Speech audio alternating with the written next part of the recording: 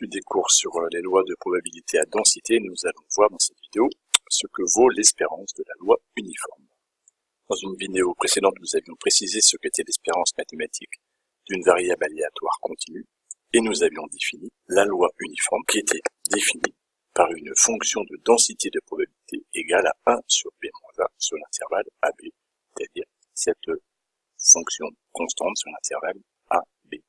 Si on a compris que l'espérance mathématique d'une variable aléatoire est en fait la valeur moyenne de cette variable aléatoire, si on comprend que la variable aléatoire est court sur l'intervalle AB, sans faire aucun calcul, la valeur moyenne entre A et B, eh bien c'est comme si vous aviez deux notes, ça correspond à faire A plus B divisé par 2, tout simplement. C'est la valeur centrale entre A et B. On va donc poser ce résultat-là qu'on a trouvé intuitivement, on va le démontrer ensuite, c'est pas très difficile.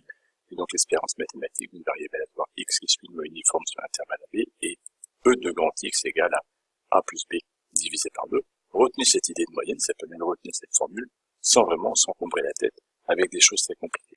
Donc nous allons procéder maintenant à une démonstration algébrique de ce résultat pour le prouver quand même. On sait que par définition, l'espérance d'une variable aléatoire E de grand X, elle a été vue dans une vidéo précédente, c'est l'intégrale entre A et B de t fois la fonction de densité de probabilité, donc ici 1 sur b-1, t f de t. Donc on va calculer la primitive de t sur 1 sur b-1, ça va être extrêmement facile puisque la primitive de t, donc t carré sur 2, et donc b-1 est une constante, cette fonction-là est donc la primitive de t sur 1 sur b-1. On va calculer les valeurs de cette primitive aux bornes de l'intervalle entre b et a, et donc cela va faire b carré moins a carré sur 2 facteurs de b-1.